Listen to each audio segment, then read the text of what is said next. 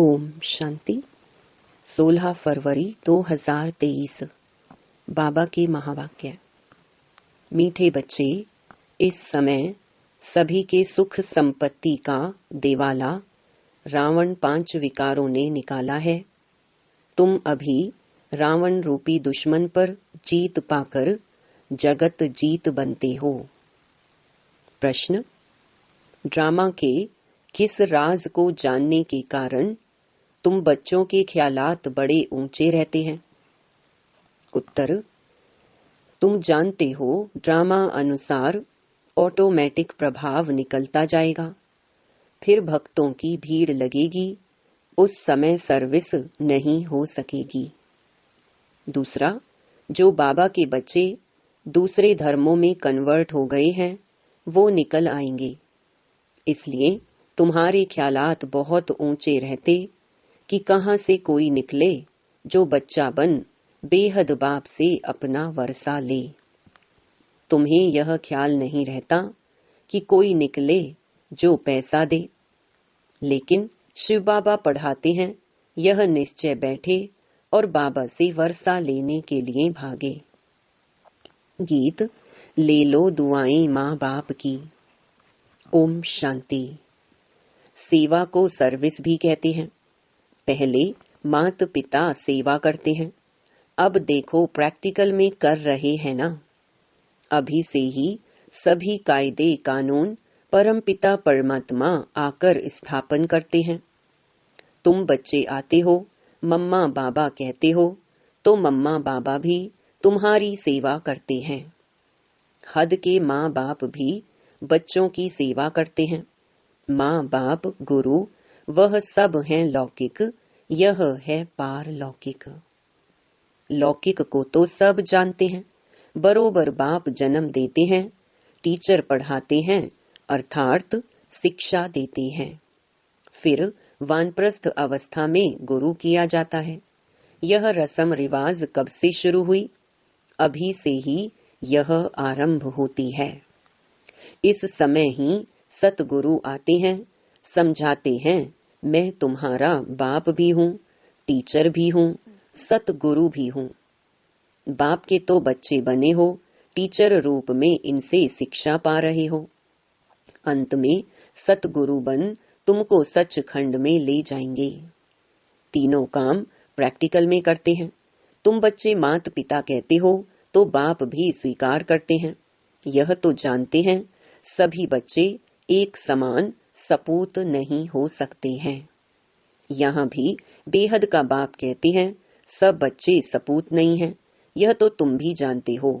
अभी है रावण राज्य, यह कोई विद्वान पंडित आदि नहीं जानते हैं। जब कोई आते हैं तो पहले तो उनसे पूछना है तुम क्या चाहते हो। फिर कोई शांति चाहते हैं इसलिए गुरु ढूंढते हैं। सतयुग में तो कोई गुरु आदि नहीं ढूंढते, क्योंकि वहाँ दुखी नहीं है, वहाँ कोई अप्राप्त वस्तु नहीं है। यहाँ तो कोई न कोई वस्तु की लालसा रख गुरु के पास जाते हैं। कोई का सुनेंगे कि उनकी मनोकामना पूरी हुई तो खुद भी उनके पिछाड़ी में जाएंगे। सन्यासी पवित्र बनते हैं तो उन्हों की महिमा तो बढ़नी ही है। बहुत शिष्य बन जाते हैं। विवेक भी कहता है जो पवित्र बनते हैं उनकी महिमा जरूर बाप को करानी है। तुम पवित्र बनते हो तो तुम्हारी कितनी महिमा होती है। तुम्हारे द्वारा मनुष्यों का 21 जन्मों के लिए कल्याण हो जाता है। सर्व मनोकामनाएं 21 जन्मों के लिए पूरी हो जाती हैं, यह भी तुम जानते हो। दुनिया में यह भी कोई नहीं जानते हैं कि परमात्मा कब आते हैं, जगत अम्बा कौन है जिस द्वारा हमारी सभी मनोकामनाएं पूरी हो जाती हैं। अब सब घोर अंधियारे में है, यथा राजा रानी तथा प्रजा। पहले कम अंधियारा होता है, फिर कलयुग में घोर अंधियारा होता है। माया के राज्य को घोर अंधियारा कहा जाता है। बाप कहते हैं भारत का बड़े ते बड़ा दुश्मन भी माया रूपी 5 विकार हैं। तुम जानते हो इस माया रावण ने सीताओं को हरण किया अर्थात अपनी जंजीरों में कैद किया। बाप आते हैं इस बड़े ते बड़े दुश्मन से लिबरेट करने। यह भी कोई को पता नहीं कि भारत जो इतना माला माल था, उनको इतना कंगाल किसने बनाया। यही रावण बड़ा दुश्मन है। इनकी प्रवेशता के कारण भारत का यह हाल हो गया है। कहा जाता है ना, तुम्हारे में क्रोध का भूत है, परंतु मनुष्य समझते नहीं है कि 5 विकारों को भूत कहा जाता है। यह भूत अर्थात रावण ही सबसे बड़ा दुश्मन है। ऐसे नहीं कि मुसलमानों व क्रिश्चियन ने भारत को कंगाल बनाया। नहीं, सबके सुख संपत्ति का देवाला इसी रावण ने निकाला है। यह बात कोई नहीं जानते हैं। अब संन्यास धर्म को 1500 वर्ष हुए हैं। उन्हों की संख्या बहुत वृद्धि को पाई हुई है। वृद्धि को पाते पाते अभी आकर जर्जरीभूत अवस्था को पहुंचे हैं। तुम्हारा तो अब सतो प्रधान नया झाड़ है। अभी तुम रावण के साथ युद्ध कर रहे हो। गीता में रावण का नाम नहीं है। उन्होंने फिर हिंसक युद्ध दिखा दी है। बाप कहते हैं, तुम इन 5 विकार रूपी रावण पर जीत पाने से जगत जीत बनेंगे। अन्य सभी धर्मों को तो वापस जाना है, क्योंकि सतयुग में तो होगा ही एक धर्म एक राज्य। सो जिन्होंने कल्प पहले लिया था, जो सूर्यवंशी बने थे, वही सतो प्रधान नंबर 1 राज्य करेंगे। सतयुग में था ही एक धर्म, फिर पुनर्जन्म लेते लेते अभी तो बहुत वृद्धि हो गई है। जैसे अन्य धर्मों में भी अनेक प्रकार की वृद्धि हो गई है, वैसे इसमें भी ब्रह्म समाजी, आर्य समाजी, सन्यासी आदि कितने हैं। वंडर है तो सभी भारतवासी एक आदि सनातन देवी देवता धर्म के ना। सिजरा तो ऊपर से वही चला आता है ना। भारत खंड है सचखंड, जहां बाप आकर देवी देवता धर्म में ट्रांसफर करते हैं। यह तुम जानते हो। पहले 7 रोज भट्टी में रख शूद्र से ब्राह्मण बनाना पड़ता है। सन्यासियों को तो वैराग्य आता है, जो जंगल में चले जाते हैं। उन्हों का रास्ता ही अलग है। घर बार छोड़ जाते हैं, उन्हों को कोई तकलीफ नहीं है। हाँ, मनसा में तो संकल्प आएंगे, काम विकार से तो छूट ही जाते हैं। बाकी क्रोध आता है, उनमें भी नंबर वार तो होते हैं ना। कोई उत्तम, कोई मध्यम, कोई कनिष्ठ, कोई तो एकदम डर्टी भी होते हैं। सतयुग में भी भल सुखी तो सब होते हैं, परंतु नंबर वार मर्तबा तो है ना। सूर्यवंशी राजा रानी प्रजा, चंद्रवंशी राजा रानी प्रजा, उत्तम मध्यम कनिष्ठ तो होते हैं। यह सभी धर्मों में होते हैं। तो बाप सभी रास बैठ समझाते हैं, इस मार्ग में डिफिकल्टी बहुत है, सन्यास मार्ग में इतनी नहीं है। उन्हों को तो वैराग्य आया, सन्यास लिया, खलास। कोई कोई फेल होते हैं, बाकी जो पक्के होते हैं उन्हों का वापस आना मुश्किल है। यहाँ तो यह है गृहस्थ व्यवहार में रहते पवित्र रहना।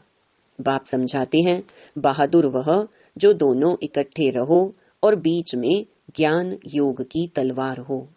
ऐसे एक कहानी भी है कि उसने कहा कि घड़ा भल सिर पर रखो, परंतु तेरा अंग मेरे अंग से ना लगे, अर्थात विकार की भावना ना हो।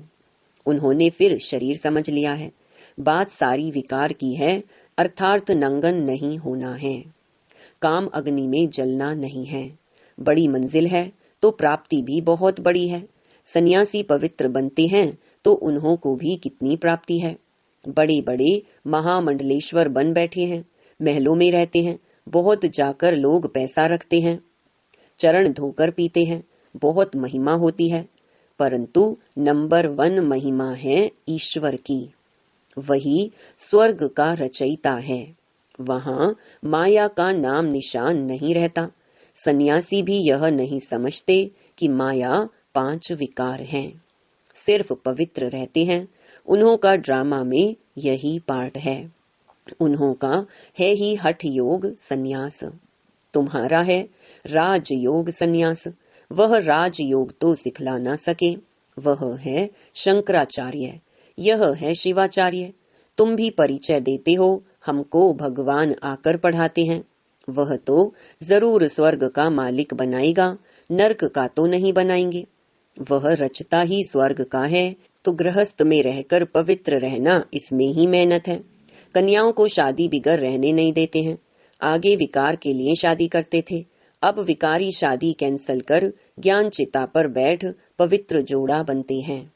तो अपनी जांच करनी होती है कि माया कहाँ चलायमान तो नहीं करती है, मन में तूफान तो नहीं आते हैं। भल मन में संकल्प आते हों, परंतु कर्मेंद्रियों से विकर्म कभी नहीं करना। भाई बहन समझने से, ज्ञान चिता पर रहने से काम अग्नि नहीं लगेगी। अगर आग लगी तो अधोगति को पालेंगे। यूं तो सारी दुनिया भाई बहन है, परंतु जब बाप आते हैं तो हम उनके बनते हैं। अभी तुम प्रैक्टिकल में ब्रह्मा मुख वंशावली हो। तुम्हारा यादगार भी यहाँ है, अधर कुमारी का मंदिर भी है ना। जो काम चिता से उतर ज्ञान चिता पर बैठते हैं, उनको अधर कुमारी कहा जाता है।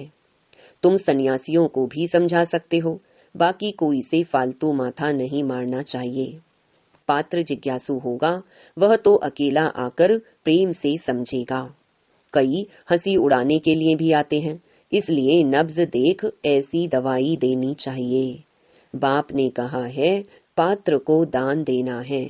आजकल दुनिया बहुत खराब है। सन्यासी लोग तो कफनी पहन लेते हैं और जाकर अलग रहते हैं।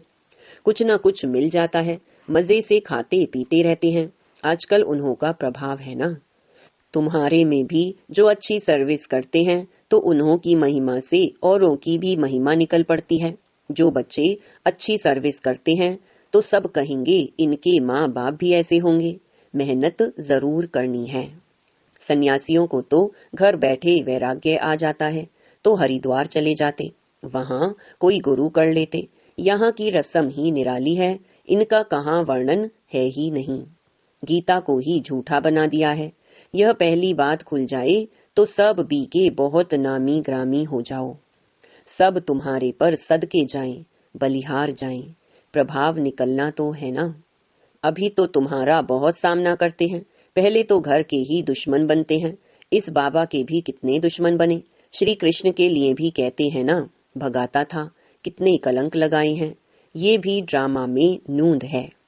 ड्रामा अनुसार ऑटोमेटिकली प्रभाव निकलता जाएगा, फिर भक्तों की भीड़ आकर होगी, परंतु भीड़ में फिर सर्विस हो नहीं सकेगी।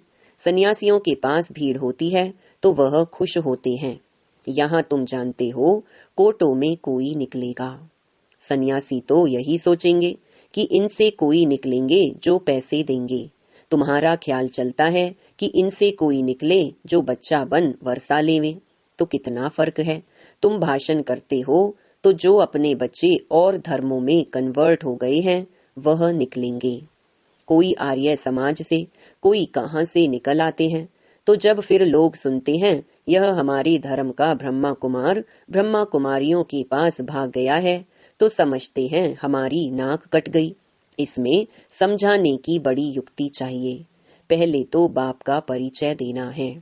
भल कोई लिख कर भी देते हैं, बरोबर शिव बाबा पढ़ाते हैं, परंतु उसमें खुश नहीं होना है। निश्चय बिल्कुल नहीं बैठा है। भल कई बच्चे पत्र भी लिखते हैं, परंतु बाबा लिख देते हैं तुमको निश्चय बिल्कुल नहीं है। निश्चय बैठे मोस्ट बिलवेड बाप से वर्षा मिलता है तो एक सेकंड भी ठहरे नहीं। विवेक कहता है कि गरीब झट भागेंगे। साहूकार कोई बिरला निकलेगा, साधारण कुछ निकलेंगे। कोई भी आए बोलो यह राजयोग की पाठशाला है। जैसे डॉक्टरी योग, वैसे यह राजयोग है, जिससे राजाओं का राजा बनना है। हमारा एम ऑब्जेक्ट है ही मनुष्य से देवता बनना। अच्छा, बाप दादा का मीठे मीठे सिकी लधे बच्चों प्रति नंबरवार पुरुषार्थ अनुसार याद प्यार। दिल पर वह चढ़ते हैं जो पुरुषार्थ कर आप समान बनाते हैं। बाकी बाप सभी को प्यार तो करेंगे ही। अच्छा, रूहानी बाप की रूहानी बच्चों को नमस्ते। धारणा के लिए मुख्य सार। पहला, कर्मेंद्रियों से कोई भी विकर्म नहीं करना है।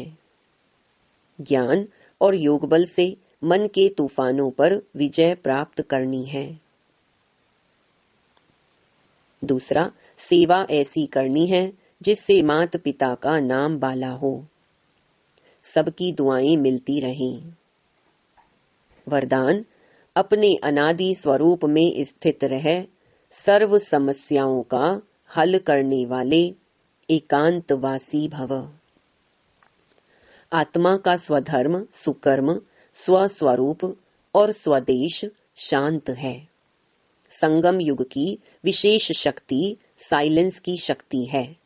आपका अनादि लक्षण है शांत स्वरूप रहना और सर्व को शांति देना। इसी साइलेंस की शक्ति में विश्व की सर्व समस्याओं का हल समाया हुआ है।